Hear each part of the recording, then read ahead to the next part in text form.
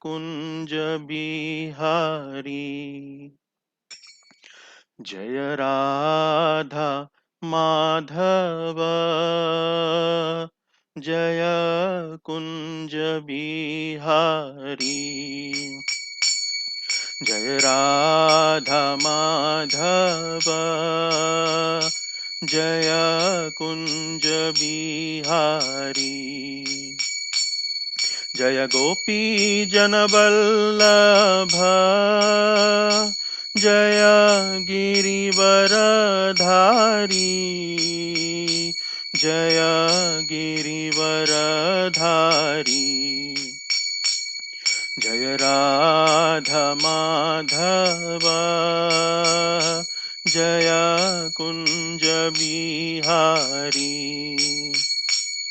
जय राधा माधव, जय कुंज बिहारी। जय गोपी जनवल्लभ, जय गिरिवरधारी। जय गिरिवरधारी।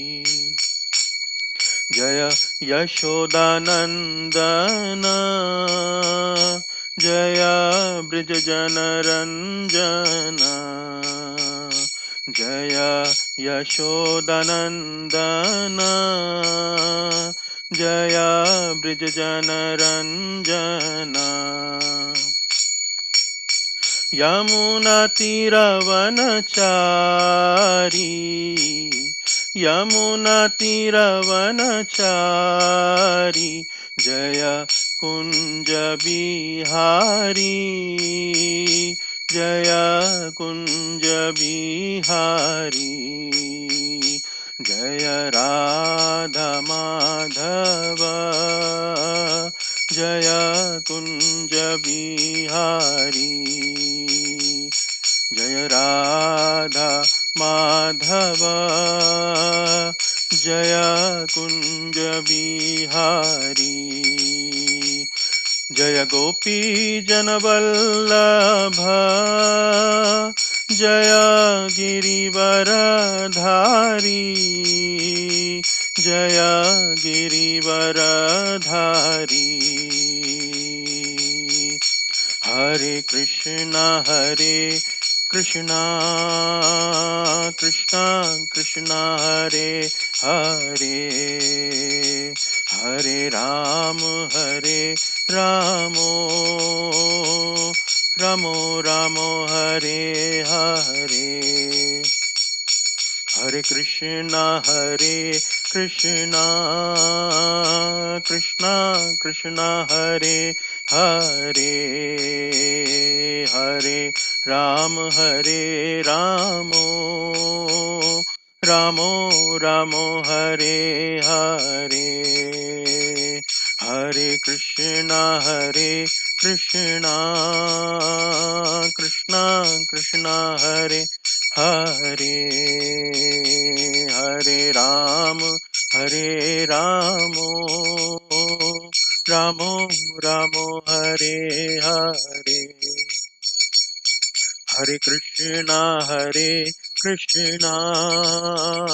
कृष्णा कृष्णा हरे हरे। हरे राम रामो रामो राम हरे हरे।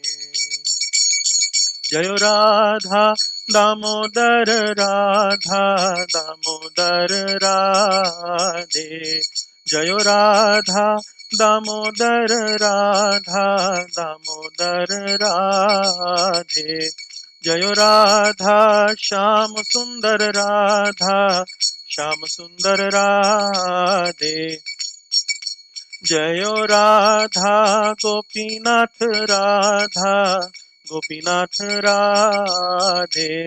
जय Radha Madhav, Radha Madhav Radhe.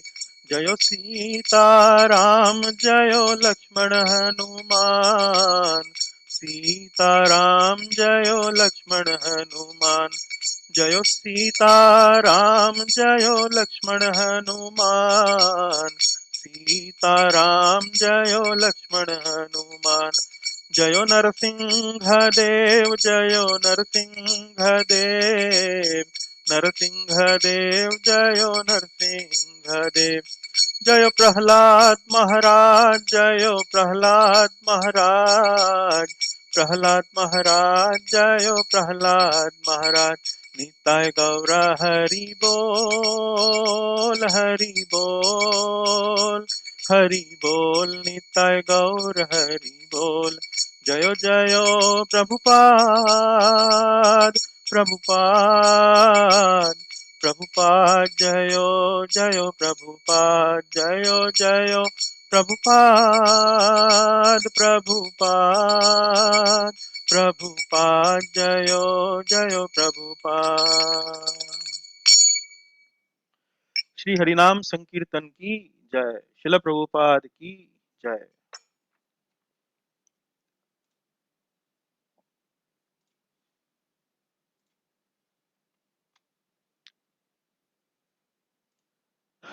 So I hope you can see the screen now.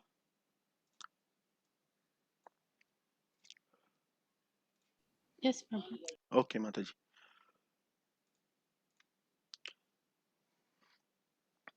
So today we are gathering once again. Welcome everyone for uh, remaining part of the discussion that we started last week, and that was mainly explaining Damodar Ashtakam.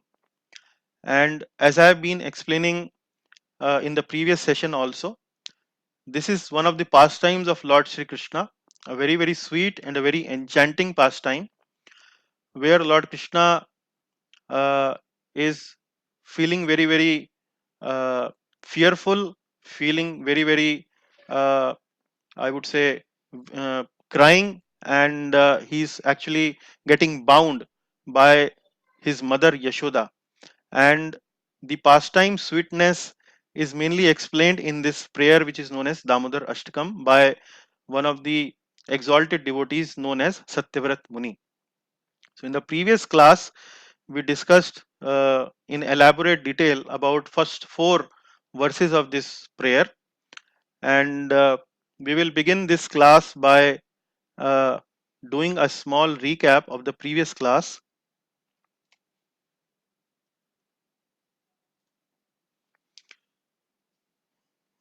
So I have captured all those important points for recap in this particular slide. So we started our previous class by explaining that how this Damodar Ashtakam amalgamates three cultural forms of worship, and these three cultural forms are prayer, poetry, and song. So Damodar Ashtakam actually means it's a prayer, it's also a poetry, and it's also a song. So all three forms of culture, prayer, poetry, and song, are utilized in this particular prayer. And the ultimate idea of singing this prayer, reciting this prayer, is mainly to increase our remembrance, fondness towards our beloved Supreme Lord Krishna. So I explained to you in the previous class what exactly is meant by prayer, what is poetry, and what is song. I mentioned to you that prayer actually is a language in which the Jivatma, the soul, the spirit soul, communicates with the divine. That language is called prayer, and that is common to all religious culture across the world. Poetry is another literary form of expression in which deep emotional meanings are conveyed, and these deep emotional meanings are conveyed in a very ornamental form. And the person who writes this poetry uh, writes it in a way which beautifies the expression uh, using various literary devices uh, like arthalankar and shabdalankar and so on. So that is poetry. And what is song? Song is actually something which is more identified by its ability to recite either individually or together. So you can see this Damodar Ashtakam prayer specifically in the ISKCON society, or maybe Gaudiya Vaishnavas specifically sing this Damodar Ashtakam prayer, which is a poetry, and they sing it either individually as a prayer or they sing it collectively as a big group. So this is three cultural forms uh, are imbibed together in this one piece of Damodar Ashtakam. So I was explaining what is literary devices. So Artha Alankar and Shabda Alankar. So people who have studied maybe language, either English or maybe any other language, and have some connection with poetry would know that there are various ways and means the poets use to beautify their creation. And in Sanskrit, generally these are done in two ways. One is by Artha Alankar, and the second way is Shabda Alankar. Alankar actually means ornamentation. Alankarat karna. Alankar means ornament. So you beautify something, you need ornaments. So Arthalankar means where the different meanings are derived by use of choice of words. By different choice of words, different meanings are derived from that. And an example of Arthalankar would be Rupak Alankar or Upma Alankar, like that. Then Shabda Alankar. Shabda Alankar would be something like playing with words in such a way that it beautifies the text. So, for example, uh, in Ram Stuti, there is a uh, there is a piece, Shri Ramachandra Kripalu Bhajaman Harana Bhava Bhaya Darunam Kar Kanj Lochan Kanj Mukh Kanj Kar Kanj Pad Kanjarunam. Now in this line you would see that there is a use of word Kanja. Kar Kanja Lochan Kanja Mukh Kar Kanja Pad Kanjarunam. So Kanj, again and again the same word is coming, and it beautifies the singing. It really enhances the singing recitation of a particular piece. So that is called Shabda Alankar. So last time when we were describing Damodar Ashtakam, we tried to differentiate between where the poet has used Artha Alankar and where he has used Shabda Alankar. Then we discussed about various texts. In total, we discussed 4 texts. And in text 1 and 2, the poet or the author of this poetry, Satyavrat Muni, has described various scenes from the past times. And these scenes are like, for example, that Lord Krishna is climbing on the Ukhal and he jumps off from the Ukhal and runs very fearfully, like that. And Mother Yashoda chases Lord Krishna. She runs faster than Lord Krishna, and so on. So different scenes from the pastimes of Damodar Leela have been mentioned by the poet in first 2 paragraphs. But these various scenes that the poet is mentioning in these first 2 paragraphs are not linear in nature. They are something like those particular events in the past times which are having a very high climactic value, like Lord Krishna becoming very fearful, or Mother Yashoda chasing Lord Krishna because he's running, uh, trying to escape from his mother. So, like that, those specific events have been mentioned, which are of high climactic value, where it draws attention of the listener, of the hearer, too much. And specifically in first 2 texts, there were couple of descriptions that the poet has mentioned, which are of some special value, and that's where we discussed about the word Lasat Kundalam. So Lasat, we described that Lasat means splendid or very effulgent, and Lasat we also described as to be very fortunate, and that has been as an adjective to the ornaments, the kundala, the earrings of Lord Krishna. So the poet is saying that the ornaments or these earrings are very fortunate, because these are those ornaments which only get this who only get the opportunity to kiss the cheeks of Lord Krishna, and that is how they are very fortunate. And they are very splendid, they are very beautiful, not because they are ornaments, but because Actually, Lord Krishna is wearing them. So Lord Krishna's body actually beautifies these ornaments rather than ornaments beautifying the body of Lord Krishna. So that is the meaning of Lasat Kundalam. Similarly, Drutya Gopya. Drutya Gopya is here coming for Mother Yashoda, who is running fast, very fast, and catching Lord Krishna. So that's where we discuss that how come the Lord, who is actually swifter than the mind, whose speed is swifter than the mind, can someone run faster than the Lord? And that's where we mentioned that that reason is described in text number 2. So in text number 2, we mentioned that how Lord Krishna gets bound by the devotion of Mother Yashoda. So that is how the secret is there, that how Mother Yashoda was able to capture someone who is running swifter than the mind. Only because of the devotion of the devotee like Mother Yashoda. Then we discussed about Rudantam, Satankanetram, and Baddham. When we discussed about Rudantam, which means crying, Satankanetram means fearful eyes, discussed about Baddham means bound, we explained that the Lord who actually removes the miseries of everyone, who actually removes the tears of everyone, every living entity. So, how come someone who removes the tears can cry? How can also the Lord is someone who is terror personified to the demons? And how come who is terror personified can himself be terrorized? Right? Satankanetram. Then Baddham. So the Supreme Lord is the one who liberates everyone.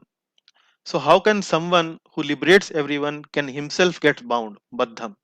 And that's where we discuss it is only possible by the exclusive devotion of the pure devotees like Mother Yashoda.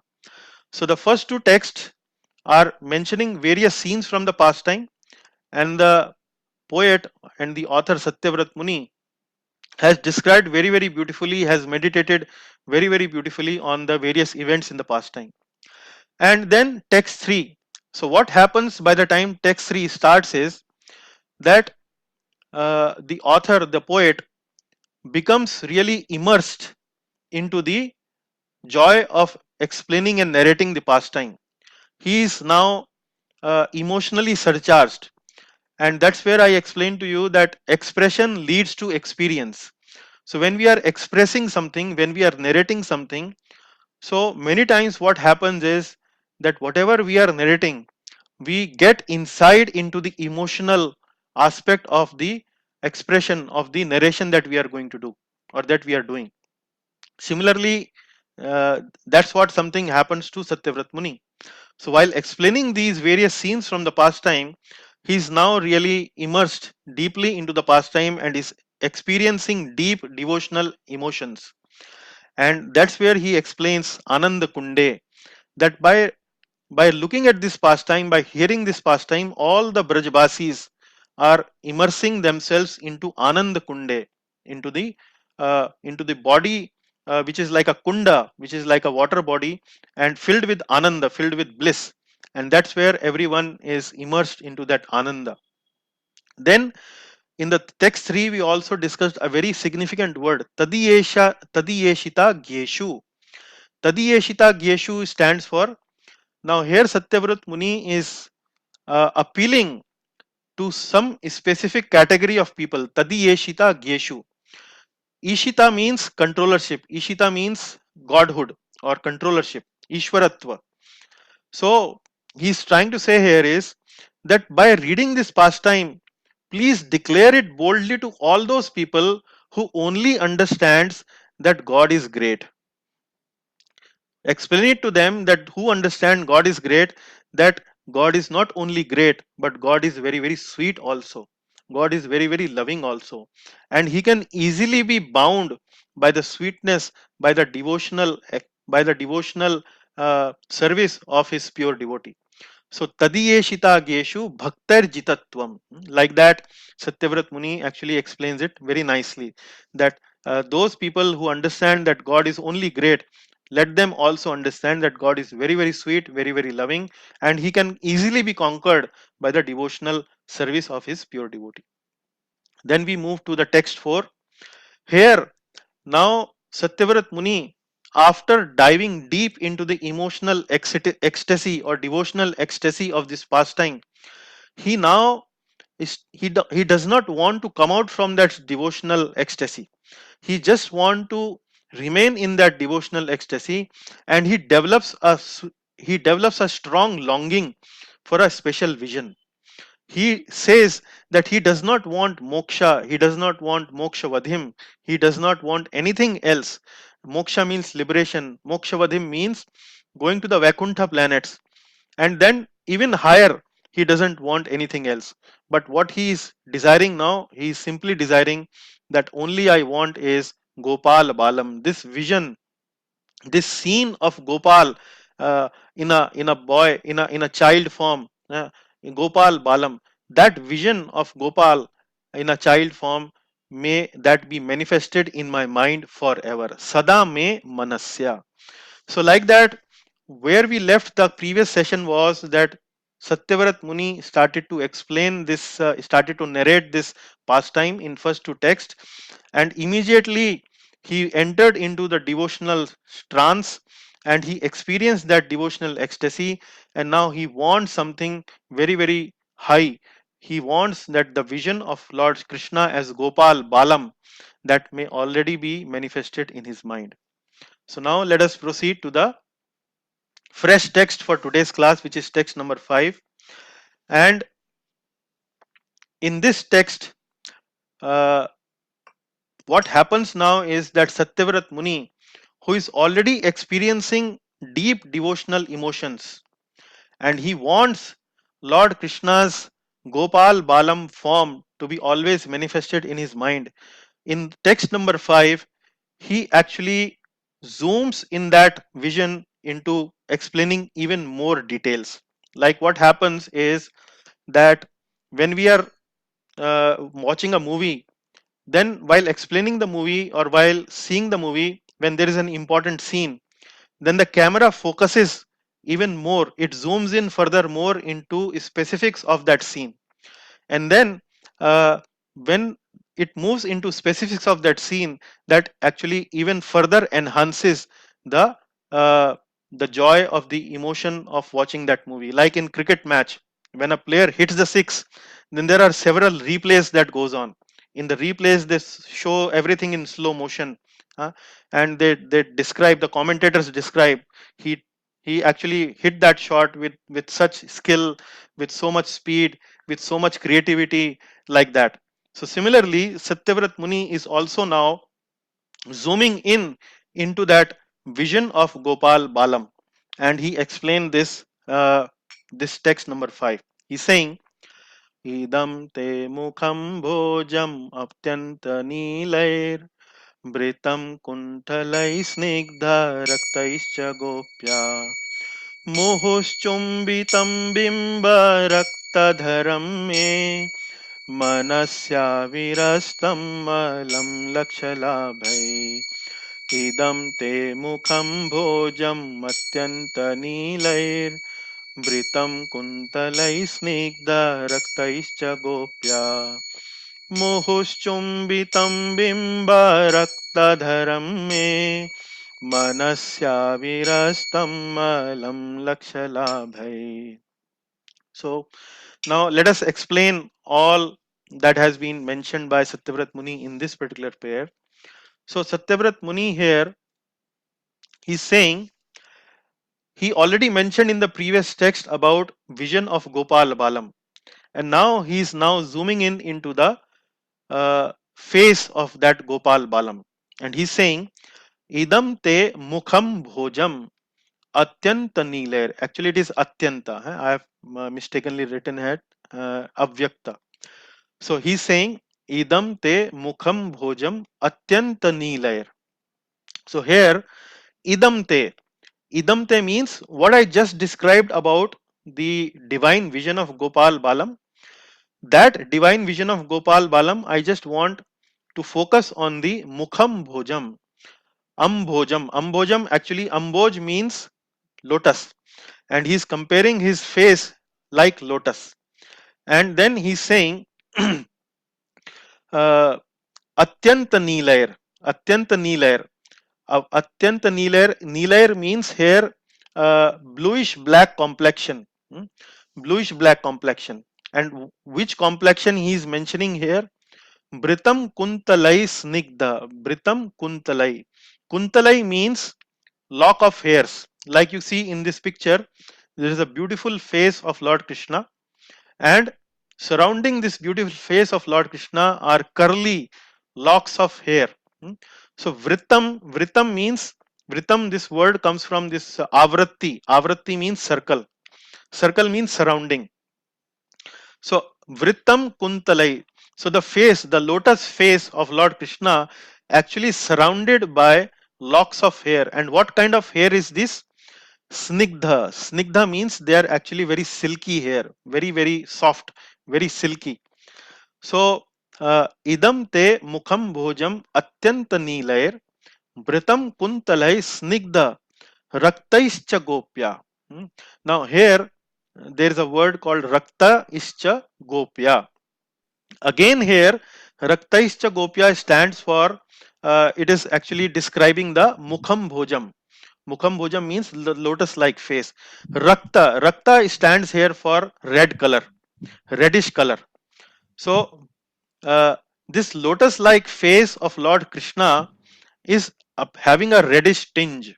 And from where this reddish tinge is coming on the face of Lord? So here we need to understand, we need to have some knowledge of the pastime, from where this reddish tinge is coming. So we need to understand that, like we discussed this pastime in the previous class, we told you that this pastime starts when Lord Krishna, who was sleeping in a nearby room, and the mother Yashoda was attending to various activities in the kitchen. So Lord Krishna wakes up and he immediately feels hungry and reaches out to his mother for food. And mother immediately picks up her baby in her lap and starts to observe his face, starts to observe the beauty of his of her child. And when she observes the beauty of her child, she emotionally, the motherly emotions actually erupts in her heart, and in those emotions she starts to kiss the face of Lord Krishna.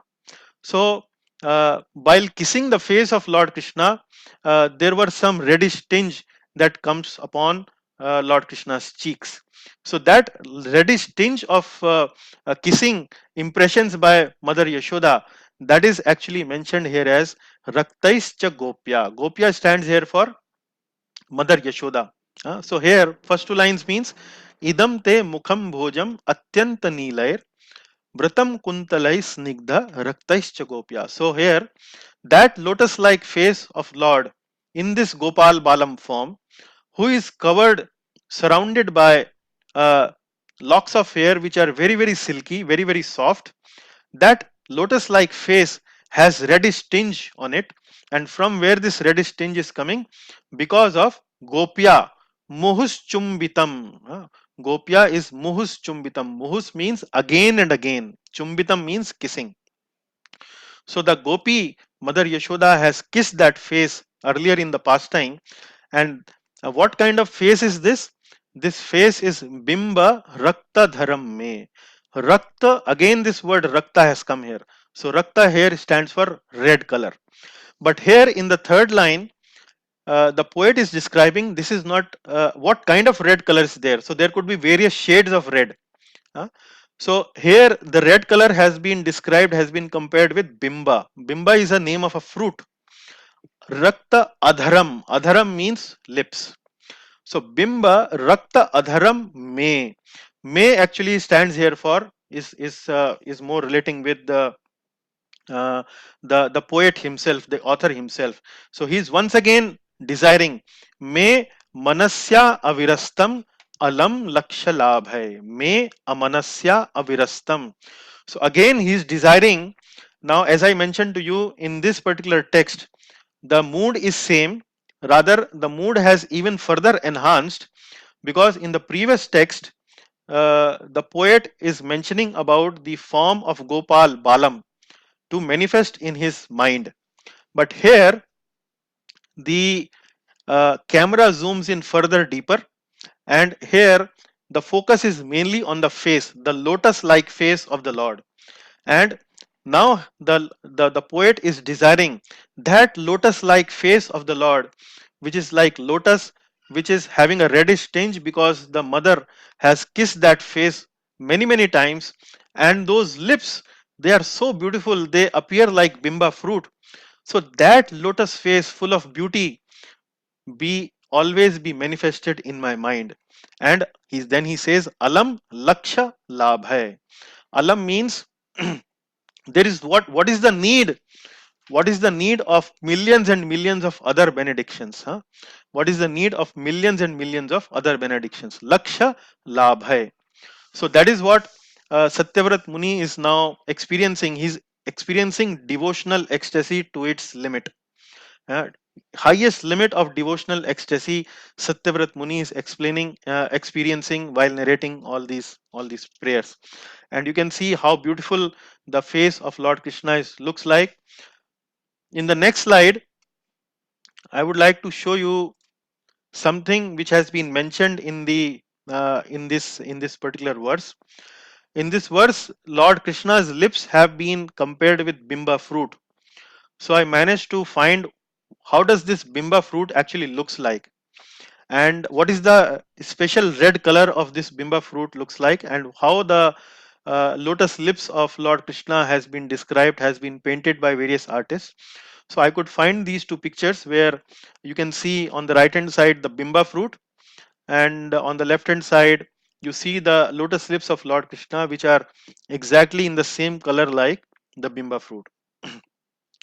But then here I would also like to mention something more. And this is something where we can take this opportunity to understand the difference between Dhyan Yoga and Bhakti Yoga. So, let me take you to a couple of slides back. This what we discussed very briefly last time. Uh, these are two verses from Srimad Bhagavad Gita, chapter number 6. So, those who have studied our Bhagavad Gita classes, those who have been coming to our Bhagavad Gita classes would know that chapter 6 is mainly dedicated to Dhyan Yoga section. And in Dhyan Yoga, we explained that how by the practice of Ashtanga Yoga, the practitioner controls the mind, and he takes control of, he tries to avoid negative emotions coming to the mind. And by controlling the mind in a very dedicated way, by a lot of effort, uh, he can reach to this highest stage of samadhi. So Ashtanga Yoga has 8 stages, and the last stage is actually called samadhi. So yam, niyam, asan, pranayam, pratyahar, dharan, dhyan, samadhi, like that. So the last stage of samadhi has been described in this 6.21 and 22. So here, if you specifically look into the 22nd verse, yam labdva cha param labham manyate na adhikam tataha yasmin sthito na dukkhena gurunapi vichalyate. What does it mean is, upon gaining this, he thinks there is no greater gain. Being situated in such a position, one is never shaken even in the midst of greatest difficulty. So here, in 6.22, what Lord Krishna is describing Bhagavad Gita to Arjuna is that by the practice of Ashtanga Yoga, the practitioner can attain such a stage after which he thinks that there is no greater gain. Yam labdhva cha param labham manyate na adhikam tataha. Na adhikam means there is no greater gain.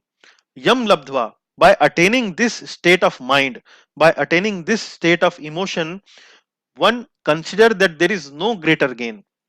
Being situated in such a position, one is never shaken even in the midst of greatest difficulty. So here in text number 5, in the last line, Satyavrat Muni is saying, "Me manasya avirastam alam lakshalabh hai." So, what is the use of millions and millions of other benedictions if I simply have this vision, this sweet vision of Lord Krishna in my mind? So, that is what Satyavrat Muni is explaining. And this Satyavrat Muni is actually now experiencing deep trance. He's experiencing deep samadhi, where he has this vision. His vision is now fixed on the lotus like face of Lord Krishna, and in that vision he's thinking that there is no other gain, there is nothing else I can demand, I can long for. That's how he's experiencing here, and that is where we would like to reflect a little bit on the two different methodologies of attaining the supreme. Yeah. One methodology is Dhyan Yoga and has been described in reasonable detail in chapter number 6 in Bhagavad Gita. And another path is Bhakti Yoga. Uh, So here you can see what Dhyan Yogi looks like. Dhyan Yogi has to go to the forest, he has to meditate upon the form uh, inside the heart, he has to control the mind, and so on. On the contrast, the Bhakti Yogi simply focuses on the darshan of the Lord. He simply focuses his mind on the pastimes, on the qualities of the Lord. So these are the two different methodologies. But here in this text number 5, you can see that Satyavrat Muni does not have to go to any forest. He simply have to meditate upon the pastime of the Lord, and then experience that sweetness of that pastime, and by doing so he can achieve the same state of samadhi which dhyan yogis attain by doing lot of sadhana, lot of mind control, lot of breath control, and so on. So here let us do a quick comparison of what is dhyan yoga and what is bhakti yoga. So dhyan yoga, the focus is primarily on stopping the negative material emotions of mind. So please pay attention kindly. Uh, when I describe here, the words have been chosen very, very carefully. Stopping the negative material emotions. Now, what are negative material emotions? These are lust, anger, greed, pride, illusion, envy. Those are the six main negative material emotions. And where they do originate? They originate in the mind, mana. So you can see how Satyavrat Muni is also talking about mana. Sada me manasya. He is also talking about mana. So this is the methodology of Dhyan Yoga, where the practitioner has to work upon stopping the negative material emotions. However, in Bhakti Yoga, the practitioner focuses on activating positive spiritual emotions of the soul. Now, here it is mind, in Bhakti, it is soul. Here they are negative material emotions, that is where the main focus is. But in Bhakti, the focus is activating positive spiritual emotions, and that is what is happening with Satyavrat Muni here. He is contemplating, he is meditating upon the pastime of the Lord, and by contemplating and meditating upon the pastime of the Lord, he is activating his positive spiritual emotions from within. And by activating those spiritual emotions, he is experiencing that deep state of samadhi, like what I explained to you, is mentioned in chapter number 6 of the Bhagavad Gita. Similarly, let us look at it from another perspective. So, how do we understand the difference between Dhyana Yoga and Bhakti Yoga? Emotions are natural to us. We are all emotional beings. We all have emotions. Bhavanae are very, very intrinsic to us. In Dhyana Yoga, what happens is we try to control these emotions forcefully. However, in Bhakti Yoga, we try to cultivate positive emotions. So, here, emotions are very natural to us, and activating pure emotions are much more easier than rejecting emotions altogether. So rejection of emotions happen in Dhyan Yoga. It is possible. We also, as Bhakti Yogis, as practitioner of Bhakti Yoga, are careful of developing negative emotions, but that is not the main focus. The main focus is activating pure emotions. And how do they happen? They happen when we read the pastimes of the Lord, when we read devotional literature, when we read books like Bhagavad Gita, when we read books like Ramayana, Srimad Bhagavatam, and so on. So when we do that, our pure emotions get activated, and that is a much more easier method or mode than rejecting negative emotions. So, uh, and then in bhakti, the progress towards transcendence. Transcendence means beyond this material world, beyond this material world to the spiritual world. So, taking our emotions, which are mostly grounded in this material world, we are always feeling lusty, we are feeling angry, we are feeling greedy all that time, and that is, these are all material emotions. But when we do this bhakti practices, by reading, hearing, chanting and all that, uh, it is easier to move towards transcendence, it is easier to move towards spirituality. And it is not only easier, it is faster, it is sweeter. How it is easy? It is easy because we don't have to leave our active social life. In the process of Dhyan Yoga, we have to leave active social life. We have to go to forest. We have to leave all that, our job, our family, and all that. Without that, we can't do Dhyan Yoga. So it is easier in that sense in Bhakti. It is faster. Why it is faster? Because in Bhakti Yoga, the path begins by accepting Lord Krishna as the absolute truth. So the goal is fixed. So whenever we have the fixed goal, our eyes are always on the goal. There is no possibility of getting distracted. And when there is no distraction possible, then slowly and steadily we can move towards our goal. However, in Dhyan Yoga, which relies mostly on contemplation, meditation, reading scriptures and so on, like Upanishads and so on, it is easy to get distracted. So bhakti is easy, bhakti is fast and sweeter. Bhakti is sweeter also. How? If you read the pastimes of the Lord, they are very, very enjoying, they are very entertaining, they are very purifying, they are very sweet. So the process is not boring. The process is not of rejecting emotions. The rather process is developing sweeter emotions, pure emotions by engaging in the hearing and chanting of the pastimes of the Lord. So like that, this is a comparison of dhyana versus bhakti. So let us move forward and move to text number 6. So now Satyavrat Muni, in text number 4 and in text number 6, Satyavrat Muni is mainly talking about his inner vision. He's talking about Sada me manasya. He's talking about mind. And where is the mind? Mind is inside. And inside mind means, he's talking about the vision of Gopal Balam or Mukham Bhojam. Like all that description that Satyavrat Muni has given is his inner vision. But in text 6, now he is requesting or he is desiring now something even more valuable. He's now starting to move from inner vision to the direct darshan, to the direct sakshat darshan of the Supreme Lord in the physical form.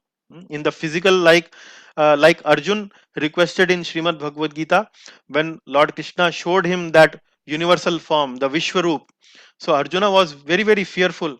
And then Arjuna requests Lord Krishna to kindly appear in his Chaturbhuj form, and then he ultimately wants him to come into his two-handed form.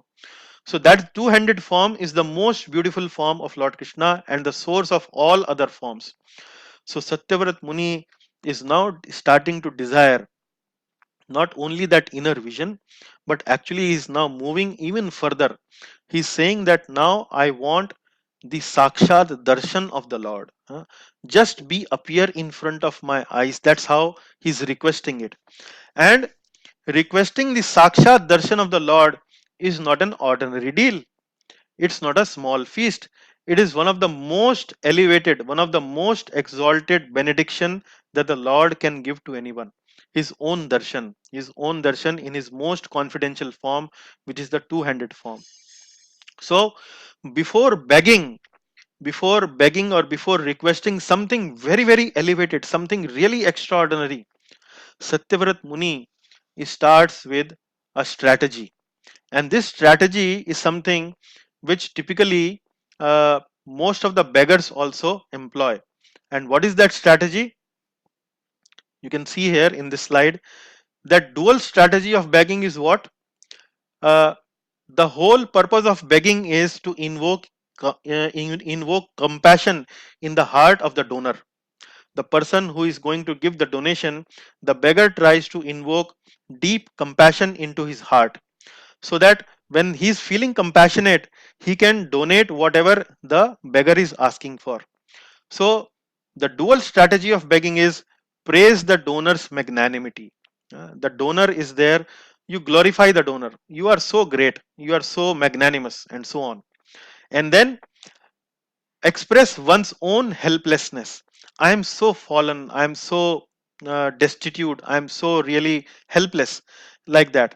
So, when the beggar goes to the donor, he glorifies the donor, and at the same time, he expresses his own helplessness.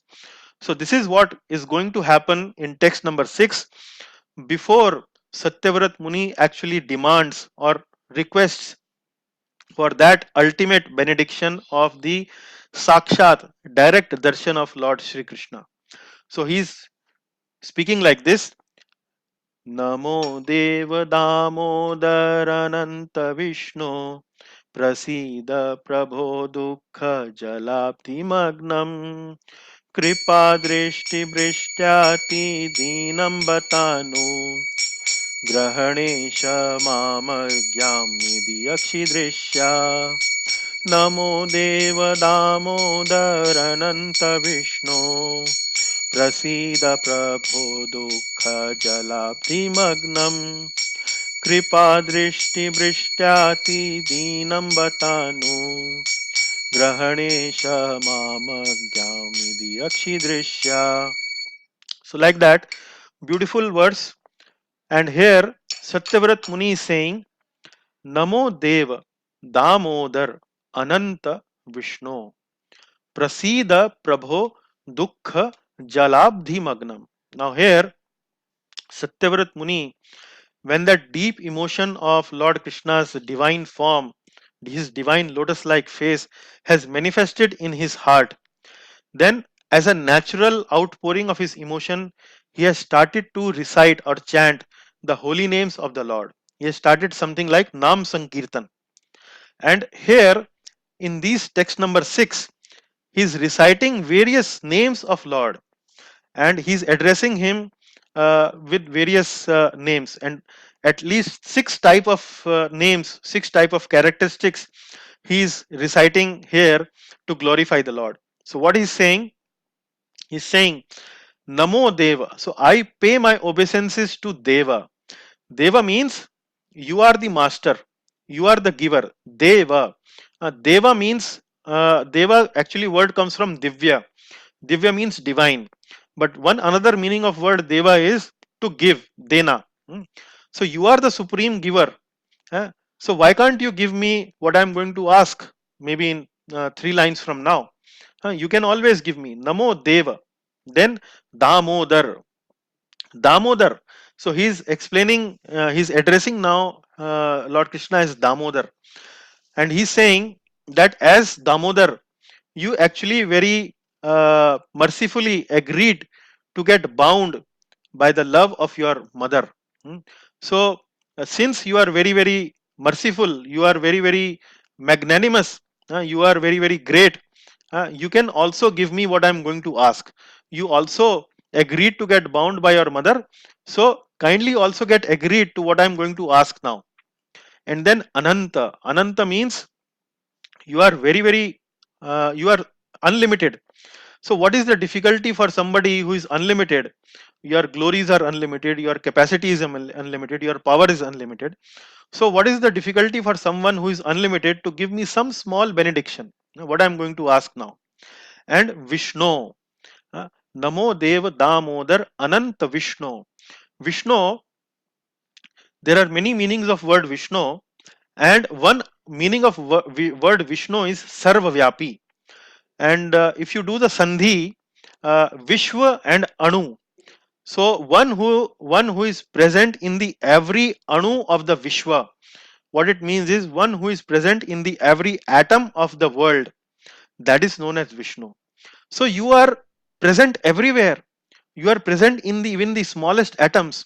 So it is not that you have to come somebody from something somewhere from very, very far off.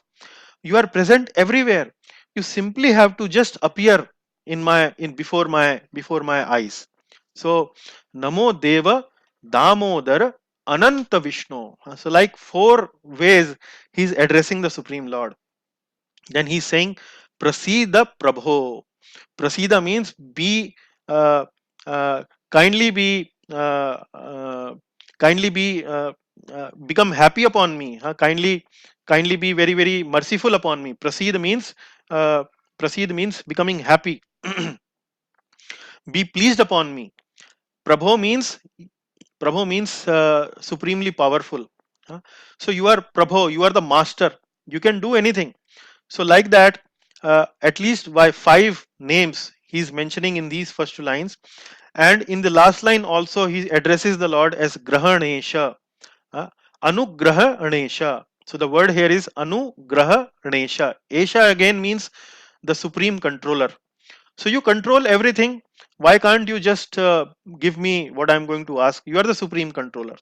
So like this, as many as six names here Satyavrat Muni is addressing the Lord. He's actually following this first strategy.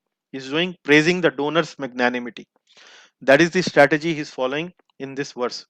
First of all, then he's addressing himself as helpless. What he's saying, Namo Deva Damodar Ananta Vishnu, Prasida Prabho, please be pleased upon me. Dukha Jalabdhi Magnam. Dukha Jalabdhi Magnam. Jala means water. Abdhi means ocean. And what kind of ocean is this? This ocean is ocean of dukkha. Dukkha. It is completely filled with miseries.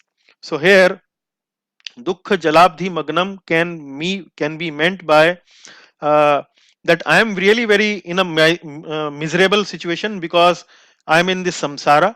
I am in this material world where birth and death I am always engaged in.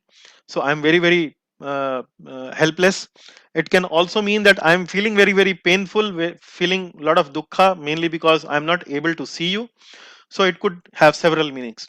So here dukkha jalabdhi magnam signifies where the poet is addressing himself as very very helpless. And then he's saying kripa drishti brishyati dinam batanu. Kripa drishti brishyati. Brishyati. Brishti means rain. Kripa means mercy. Drishti means glance. So have the rain of merciful glance, shower of rain of that merciful glance on Dinam Bata. Dinam Bata means of somebody who is just like very, very helpless. Deen means helpless, very, very fallen, very, very low. Kripa Drishti Brishyati Deenam Bata. Then Anugrahanesha. Then the last word is Anugrahanesha. Anugrahanesha means Anugraha. Anugraha means showing favor. Hmm. Anugraha, showing favor. Anugraha, you show me a favor by uplifting me from this material uh, jalabdhi magnam, from this ocean of misery, from dukkha jalabdhi in which I am immersing, I am drowning, magnam. You kindly lift me. Anugraha Anesha, you are the Supreme Lord. So do that anugraha of lifting me up from this jalabdhi magnam. And then he further mentions his helplessness by saying, Mam Agyam. Agyam means not knowing. So I'm very, very ignorant. I don't know anything. Mam Agyam Idhi Akshi Drishya. Edhi Akshi Drishya. Now here you can see here from beginning of this verse till almost end of this verse, there is no mention of what Satyavrat Muni is going to ask, because he is going to ask something very very high, very very exalted. He has reserved that request till the end of this text, and before this request he is only following the two strategies. One strategy is that you are very magnanimous, and the second strategy is I am so helpless, and like that. And then he says idhi akshi drishya. Akshi means eyes. Before these eyes, kindly be appear. Kindly appear before these eyes. Kindly give me your darshan, drishya. So like that, in text number 5, uh, the inner vision was there. In text number 4 and 5, the inner vision was there, where Satyavrat Muni is talking about vision of his mind. But now he is now taking this courageous step to actually request the Lord something so exalted, which is very, very difficult to obtain. And in Bhagavad Gita, chapter number 11, also, we discussed in Vishwarup pastime how the two-handed form of Lord Krishna is very, very rare to see. Huh? So, like that, Satyavrat Muni is asking something really very, very rare. Now, here in this picture, actually, I am trying to show these two words, Anugrahanesha, so and Jalabdhi Magnam. So, in the prayer, you can see here Anugrahanesha and here Jalabdhi Magnam. So, that you can see here in this picture. So Jalabdhi Magnam means this is a Jivatma who is tossing and getting distressed, having a very miserly situation in the Bhava Sagar, in the ocean of material world. He's having all distress. So he's Dukkha Jalabdhi Magnam. He's in the ocean of misery. And here Anugrahanesha. So how can somebody be rescued from this ocean? This somebody can be rescued from this ocean when the Supreme Lord comes and lifts some person like that. He is not qualified. The Jivatma is not qualified because of the reactions from his past karma. He is very, very sinful. But when the Lord starts to bestow his mercy, his anugraha, because he is the Lord of anugraha, he can lift anybody from this Jalabdhi Magnam. So this is Anugrahanesha and Jalabdhi Magnam. So Satyavrat Muni has now asked something really very, very rare, very, very exalted. It is something like when on a crossroad you are waiting for the signal to turn green, and there is some beggar who is knocking on the glass of your car, and you lower down the car, and the beggar is actually requesting for something, and the beggar surprises you. He says, you ask the beggar, what do you want? So you might be expecting that he would ask maybe 2 rupees, 5 rupees, some food, etc. But the beggar mentioned, I want your car. And then you will be taken aback. So I was thinking that he will ask for 5 rupees, 10 rupees, some food. But the beggar is now actually asking for car. Something really, really exalted. So Satyavrat Muni is now in text number 7 is using his intelligence. He's using his creativity like a very skillful lawyer. He is now quoting some example from the past where the Lord has given this anugraha, where the Lord has given this benediction of his own direct darshan to somebody who were very, very fallen, who were very, very fallen. And here in text number 7, Satyavrat Muni quotes that precedence, quote that incidents when something like that happened in the history, and you did favor to such people who are very, very fallen. So if you can do that favor to those kind of people, my dear Lord, why can't you do that favor to me also? So like uh, a very skillful lawyer, using his intelligence, using his creativity, he's he's presenting his case that kindly be appear before my eyes, give me that benediction, give me that rare exalted benediction to me.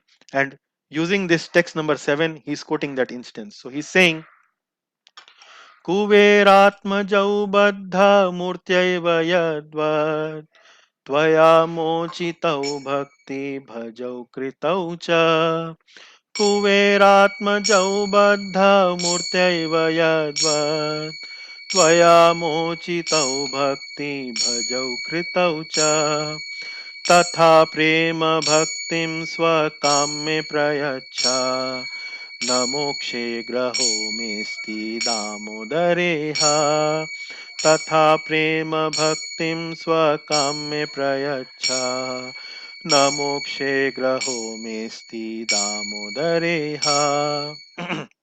So like that, Satyavrat Muni is now explaining that pastime where Kuver Atma Jau Baddha Murtyaiva Yadvat. So Kuver Atmajau. So the word Atmaja stands for our children. So Atma means self, Ja means giving birth, Ja is Janma. So birth given by self is actually stands for our children. So here Satyavrat Muni is mentioning Kuver Atmajau. Kuver Atmajau means the children of Kuver. So who were these children of Kuver? These children of Kuver, their name was, they were two sons of Kuver. Their name was Nal Kuvar and Mani Griva. So here in the picture that you can see here, one personality which is emanating from the trees is Nal Kuvar and another one is Mani Griva. So what difficulty was having with these two people? So these two people who were sons of Kuver, Kuver is a treasurer of the demigods of the Devatas. So they were something like somebody like who were uh, uh, spoiled children of a very wealthy person, a very wealthy person who has children, but they were very spoiled. They were not having a lot of moral values. So Nal Kuvar and Manigiva were two personalities like that. So once this picture actually tells about Kuver Atmajau. So these are Nal Kuvar and Manigriva. These two personalities were bathing naked in one of the rivers, and they were bathing naked with naked girls. And this so happened that Narad Muni actually passed by from that location. And when Narad Muni, who was a sage, a devotee, was passing from that location, the girls were uh, shameful enough to cover their bodies. However, these two boys, Nalkuvar and Manigriva, who were not only naked but also were drinking wine, and in the intoxicant mood of drinking that wine and nakedness, they did not even took notice of what Narad of that Narad Muni, a great sage, was passing or coming from there. So Narad Muni thought that these people are really in a very low consciousness, and in order to have mercy on these people, Narad Muni actually cursed both Nalkuver and Manigriva. He cursed them that you be born in the courtyard of Nanda Maharaj and you will be liberated when Lord Krishna, performing that Damodar pastime, will actually make you liberated by passing through between you, and with the force of that grinding mortar he will crush the trees, and then how you will get liberated. So like that pastime is there, and Satyavrat Muni is now indicating to that pastime. And he's saying that you have given liberation, you have given that sakshat darshan of yours to Nalkuvar and Manigriva, who were very fallen people, who were people who had done great sins towards your devotee, and uh, you even managed to give your sakshat darshan to those two fallen people. And here he's saying Kuver Atmajau Baddha Murtyaiva Yadvat. Baddha Murtyaiva. Now here Satyavrat Muni is actually mentioning that you will give liberation to Nalkuvar and Manigriva, but there is a contradiction here. So you will give liberation, but what situation you himself are? He's saying, "O Lord, you are Baddha Murtyaiva. You yourself are Baddha. You yourself is kind of bound. So Kuver Atmajau Baddha Murtyaiva Yadvat. Your form, who is which is already be bound by ropes of to the grinding mortar by your mother Yashoda. So Tvaya Mochitau Bhakti Bhajau Kritau cha. So you liberated Mochitau. Mochitau means it is a dual adjective. Dual means it signifies Mochitau. It signifies that there are two mokshas, two liberations here. Tvaya mochitau. So one liberation is that you liberated Nalkuvar and Manigriva from the curse of Narada, and you also liberated Nalkuvar and Manigriva from this material world. So Tvaya mochitau, and you not only liberated them from the curse and the samsara, but you also gave them the benediction of Bhakti Bhajau Kritaucha. Bhakti Bhaja.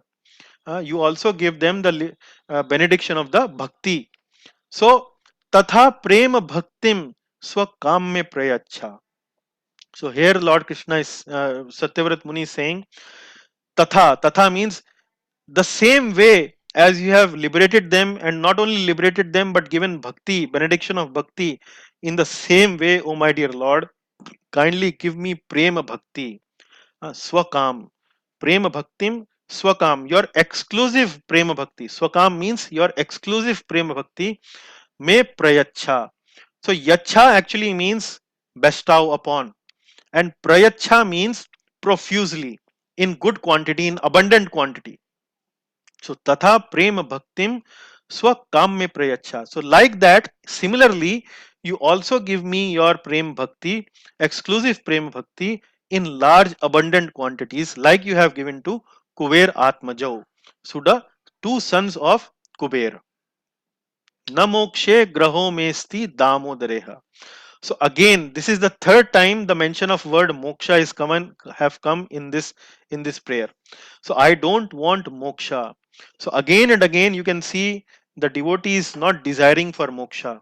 He's simply desiring prema bhakti. So here you can understand that how prema bhakti is at even higher stage of compared to moksha, simple liberation. Why it is at a higher stage? Because in prema bhakti there is a joy, there is a sweetness of serving the Lord. But in simple liberation, in simple moksha, there is no joy and no joy and no sweetness of serving the Lord. So uh, that is what Satyavrat Muni is asking here. So one of the key striking feature in this particular text is that one who himself is bound is requesting, is able to give liberation to somebody who is fallen, who needs that liberation. So that is something which is a little poetic motive in this particular text. So here I was explaining to you how I Kuber Atmajau. So these are the two sons of Kuber shown in this picture. So coming to the final text of this particular prayer, text number 8. So now you can see Satyavrat Muni started this prayer by narrating various events in the past time, and slowly and gradually, as the prayer is progressing, his emotion is increasing, increasing, and increasing. And in that emotional ecstasy, he's requesting the Lord something really very, very exalted. In the seventh verse, he also quotes a precedence where you have done so in the past. So I also beg your benediction in a similar way. So kindly bestow that benediction to me. So you can see that the purpose of the prayer actually has been covered till text number 7. So he has glorified, he has requested for a benediction, and also presented his case by putting up a precedence. Now in text number 8, he is concluding the prayers. He is concluding the prayers by by expressing his gratitude. He is expressing his gratitude, and by expressing his gratitude, he is paying obeisances. He is paying dandavat pranams. He is doing namaskar, and he is doing namaskar to four different type of people. To four different type of people. Just give me 1 minute.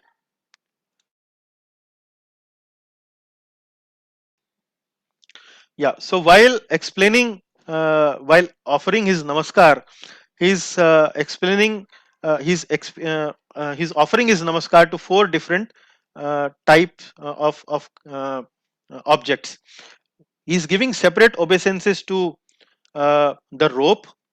He's giving another obeisances to the bodily limbs, which is the belly of the Lord.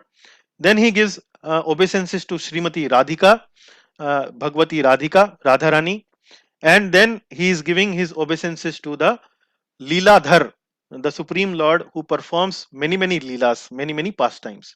So let us see all these different obeisances, how creatively, how intelligently and nicely he offers these obeisances. So he's saying, Namaste stu damne spuradipti damne Tvadiyodarayatha Vishwasya Dhamne. Namaste stu damne spuradipti dhamne Tvadiyodarayatha Vishwasya Dhamne. Namo Radhikayai Tvadiya Priyayai Namo Nantalilaya Devaya Tubhyam Namo Radhikayai Tvadiya Priyayai Namo Nantalilaya Devaya Tubhyam. So like that you will see he's offering now his namaskar to different objects. So what are those objects? Namastestu damne spurad dipti dhamne. So he starts by offering his namaskar to the rope. So what happens is in devotional ecstasy, we not only offer our pranams, we not only uh, offer our namaskar to the Lord Himself, but also to the objects that are connected with the Lord. So here, this is Damodar Ashtakam. So in Damodar Ashtakam, one of the important uh, objects is the rope that is binding the belly of the Lord. So he's the poet Satyavrat Muni is first of all offering his namaskar to that glorious rope. Namastestu damne. So here you can see the word is Damne.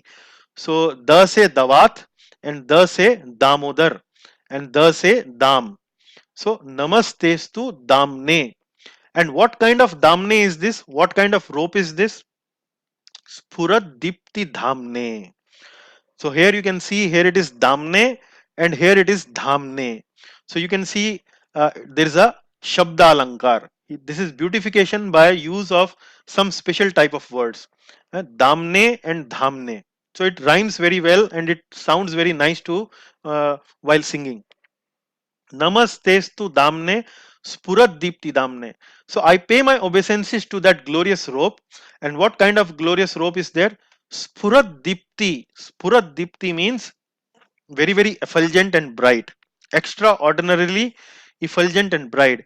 And dhamne means abode, source. So that rope is the source of very bright effulgence. So not only your body is effulgent, my dear Lord, but rather that rope that is binding your belly, that is also very bright and effulgent. And I am offering my obeisances to that glorious rope. So that rope is glorious. Why? Because you are the person who actually liberates everyone. Huh? And to such a person, who can bind? Nobody can bind. But this rope is so glorious that it is able to bind such a glorious person. That is why it is so glorious, and I am offering my obeisances to such a Lord, to such a rope. And then Tvadiyo udarayatha vishwasya dhamne. So again, same thing. Here the word dhamne has been used. Again in the second line, the same word dhamne has been used. So this is damne, dhamne, dhamne. This is Shabda Alankar. It is beautifying the verse, beautifying the text, using using some choicest of words. So in the second line, he is offering his obeisances to the belly. Tvadiyo udar a yatha. Tvadiyo udar. Tvadiyo darayatha. Vishwasya dhamne. Now here he's saying that I offer my obeisances to that belly, to that udar. Which type of udar? Which is Vishwasya Dhamne. Vishwasya Dhamne. Vishwasya Dhamne means which is the source of Vishwa, from where everything actually comes in this world. And this could be have two specific meanings. What are the two specific meanings? One meaning is I have tried to capture in this picture. In this picture, you see Lord Vishnu is resting on Anant Shesh. And then from Lord Vishnu's navel, there sprouts a lotus, and in on this lotus Lord Brahma takes birth. So who is Lord Brahma? Lord Brahma is the creator of this universe, material worlds. So you can see from where this material world is coming. Actually, this material world is coming from the belly of the Lord. So that is what is mentioned here. I pay my obeisances. I pay my obeisances to that udar, to that belly, which is the dham, which is the abode, which is the source of Vishwa, of the world. And one example is the navel of the Lord Vishnu, from where that lotus comes, and Brahmaji from that lotus creates the whole material universe. Another example would be the Mrid Bhakshan Leela. Mrid Bhakshan Leela means the Leela which Lord Krishna performed, uh, where he opened his mouth and showed everything inside his mouth, inside himself, the whole creation he showed to Mother Yashoda. So in that pastime we understand that everything resides inside Lord Krishna. Uh, so two ways you can explain uh, Vishwasya Dhamne, how that Lord Udar of Lord Krishna is Vishwasya Dhamne. So that is how Satyavrat Muni is paying obeisances to that Udar. And then uh, the third obeisances which Satyavrat Muni is paying to Radhika Devi, Bhagwati Radhika, the topmost devotee Srimati Radharani. Namo Radhikayai Tvadiya Priyayai.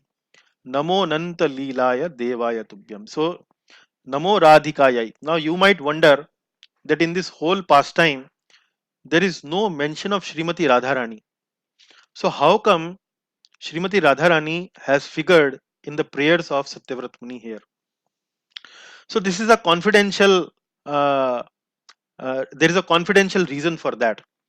What is confidential about it is that this whole prayer is asking about prema bhakti of Lord Shri Krishna. So, like you see in text number 7, Satyavrat Muni has asked for Tatha Prema Bhaktim. So, ultimately, the purpose of Satyavrat Muni is loving devotional service of Lord Krishna. And Radhika Rani, who is Radhika Rani? Radhika Rani is loving devotional service personified.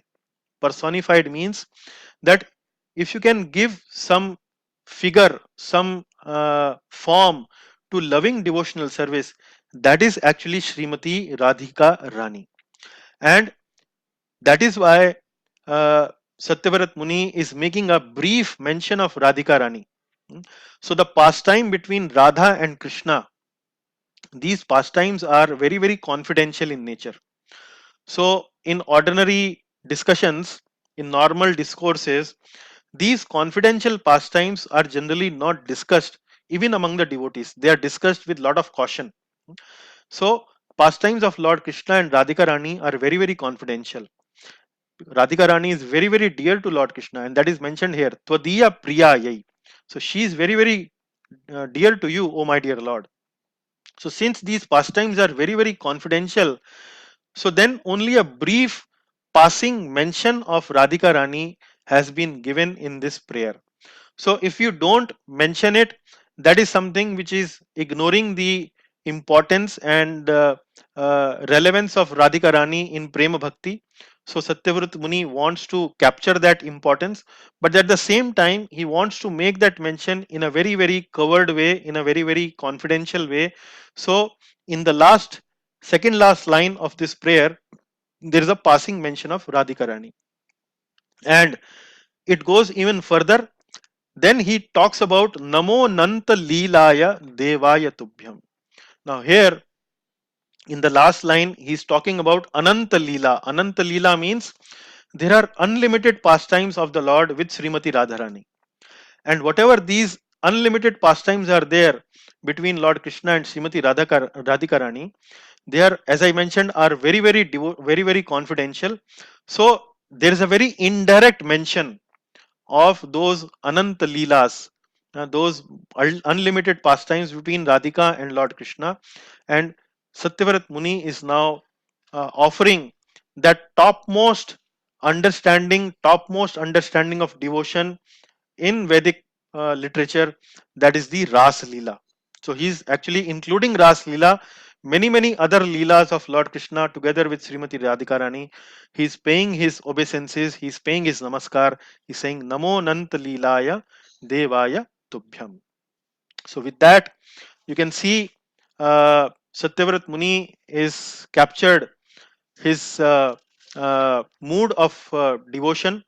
He is requesting Lord for Prema Bhakti, and by requesting Lord of Prema Bhakti, he has written this poetry, and he has not only invoked blessing of Srimati Radhika Rani, but he has also invoked blessings of the Anant Leela of Lord Krishna and Srimati Radhika Rani. So here, in these two pictures, you can see Namo Radhikayai Tvadiya Priyaye. So this is a picture of Srimati Radhika Rani, and on the right hand side there is a offering of flower by Srimati Radhika Rani to Lord Krishna, which is significance signifying Namo Anta Leelaya Devaya Tubhyam, the loving exchanges between Radhika and Lord Krishna. Many pastimes like that. This is the second picture is actually denoting Namo Nananta Leelaya Devaya Tubhyam. So with that we conclude the explanation of Damodar Ashtakam prayers. This is the last slide where I have tried to capture the flow of Damodar Ashtakam prayers. So text 1 and 2 is mainly about meditation on the high climactic points of the Leela.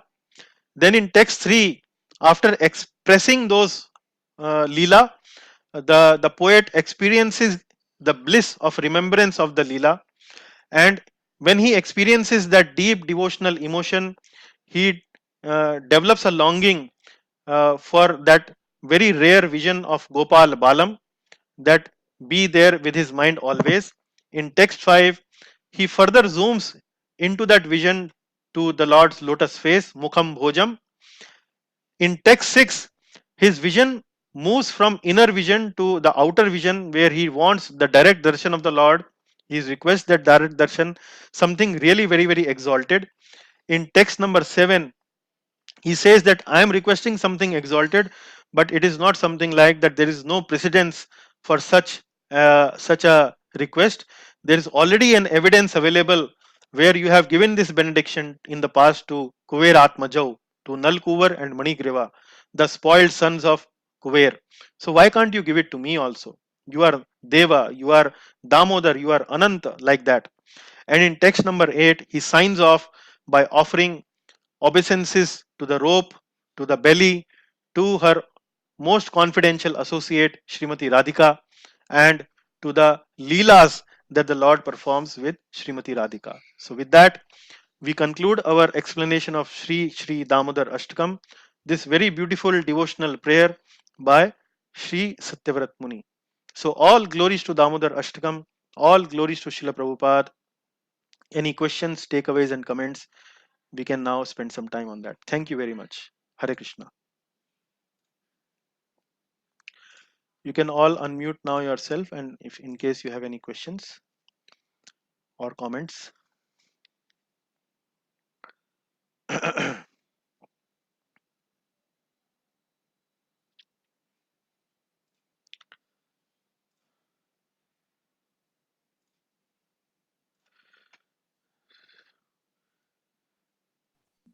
So this sounds like too silent.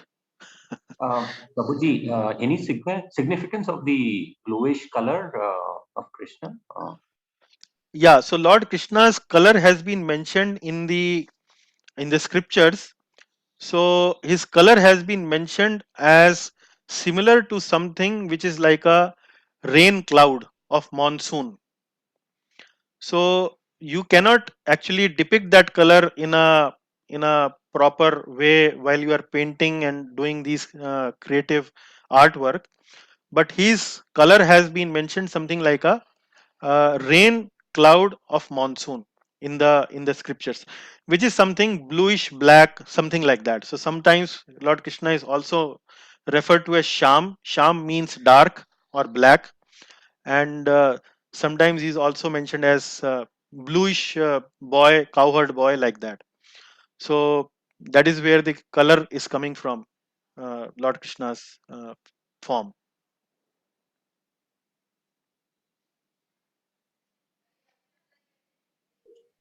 Yeah, but I mean, is it associated with the beauty, or I mean, is there a specific reason for choosing that color?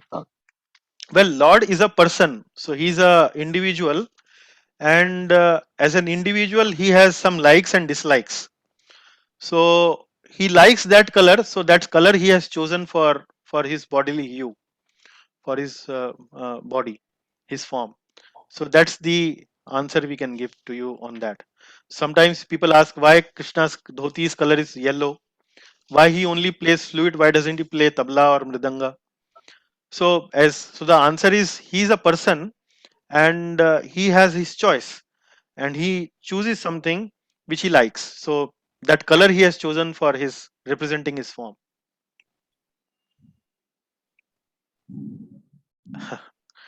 Does that satisfy you? Yeah, I mean, normally everything is chosen to appeal the devotee, right? So I was wondering if there is something with the color also which makes him more appealing to the devotees.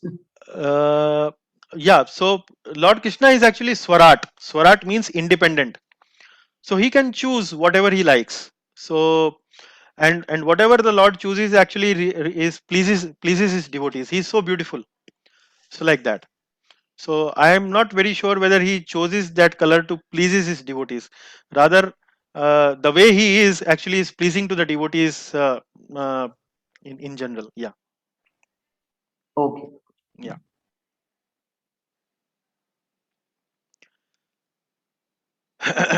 So any questions or any other comments?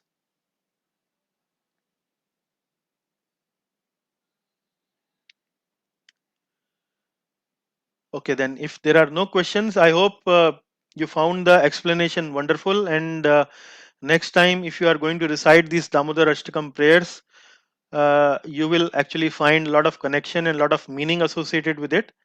And with that, we would like to sign off for today. Thank you very much. From next Sunday onwards, we will continue with our regular discussion on Nectar of Instructions, text number 1, part number 2. So kindly join us from Sunday, next Sunday onwards on discussion about Updeshamrat, Nectar of Instruction. So thanks a lot. Thank you very much. धन्यवाद sir. Thank you, Prabhuji. Hare Krishna. Hare Krishna, Prabhuji. Thank you. Hare Krishna, Prabhuji. Hare Krishna, Vidyaji. Thank Hare you. Krishna. Hare Krishna, Prabhu. Hare Krishna, Venkubaja. Hare Krishna, Prabhuji. Hare Krishna. Yes, Prabhu. I'm late. I could just pitch in Hare Krishna, in the last Prabhuji. Thank moments, you very but I much. think I'll go over again with your recordings. Sure, Prabhuji. I was traveling. I was not in my place, so No worries. I No missed worries. it. Most of it. Yes. Okay. Okay. Thank you. Right. Okay. Okay, Mahesh Hare Agarwal ji. Thank you, Hare sir. Krishna. Thank you for joining us. Thank you, sir. Thank you. Thank you, ji. Hare Krishna. Thank you very much, Prabhuji. Hare Krishna, Sanjeev Prabhu. Thank you very much. बहुत Thank you सुंदर very लगा. much, class. As Thank you, usual. ji. Hare Krishna, Prabhuji. Thank you. Hare Krishna, Rakesh Prabhu. Thank you, sir. Thank you.